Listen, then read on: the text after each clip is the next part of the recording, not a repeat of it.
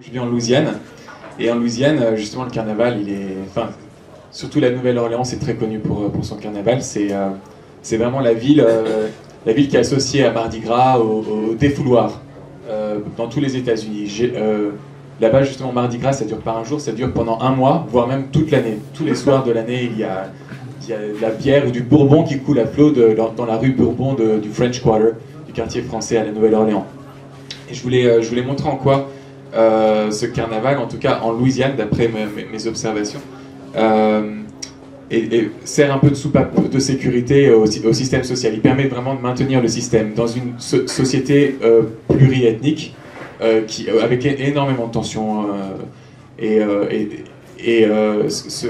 En tout cas, ce Mardi Gras est vraiment central. On peut le voir donc d'un côté chez les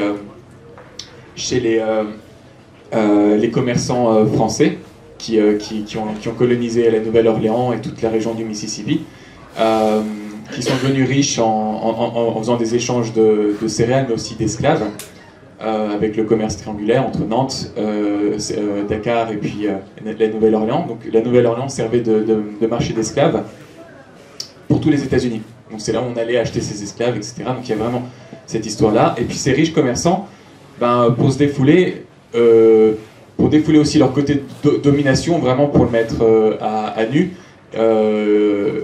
lors du Mardi Gras, ils offraient des colliers de perles aux femmes qui voulaient bien montrer leur sein. Donc ils les balançaient en dessus de leur balcon, de leur magnifique maison dans le quartier français. Et ça s'est gardé, et aujourd'hui, donc, Mardi Gras, on balance des tas de colliers, non plus de perles, mais de plastique, qui sont fabriqués en Chine par des enfants. Mais voilà, et ça se perpétue. Et puis de l'autre côté, il y a les esclaves aussi. Alors eux, pour se défouler, c'est plus défouler aussi leur frustration, c'est perte d'identité, nostalgie de la terre oubliée. Alors, il faut savoir que la Nouvelle-Orléans, c'était le seul endroit, tenu par les Français aussi, où les esclaves avaient un jour de congé par semaine, le dimanche. Et c'est là qu'ils ont justement créé le jazz, en utilisant les instruments de la fanfare militaire de leur maître. Ils ont commencé à jouer un peu n'importe quoi, puis finalement c'est devenu vraiment une musique en soi, c'est devenu le jazz. Et alors ils se sont défoulés aussi avec ce jazz, donc à travers les défilés qu'il peut y avoir. Et donc à la Nouvelle-Orléans, régulièrement, enfin pendant le mois en tout cas de Mardi Gras, avant le carême, il y a tout plein de défilés. Il y en a un qui s'appelle Zulu, où on balance non plus des colliers de perles, on balance des noix de coco, puis c'est des Afro-Américains qui nous balancent ça, donc c'est aussi un côté fort du défouloir. faut pas trop se faire mal. Et de l'autre côté, il y a aussi les Cajuns, le peuple Cajun qui lui venait de Nouvelle-Écosse, venait en fait de cette région qui est partie par La Rochelle et qui venait du Poitou et de Charente-Maritime. Et alors lui, il a conservé un carnaval assez paysan, assez rural. Et ce carnaval, il consiste à se déguiser en poule, en fait, en se construisant des costumes avec des lambeaux de vêtements, et en se mettant un grand chapeau pointu sur la tête et un masque avec un petit nez.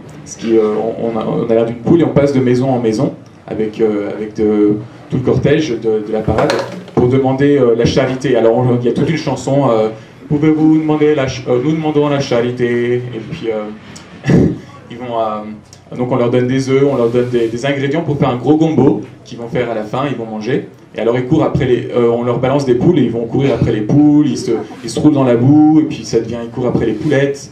Et après ça devient vraiment une grosse orgie, enfin presque.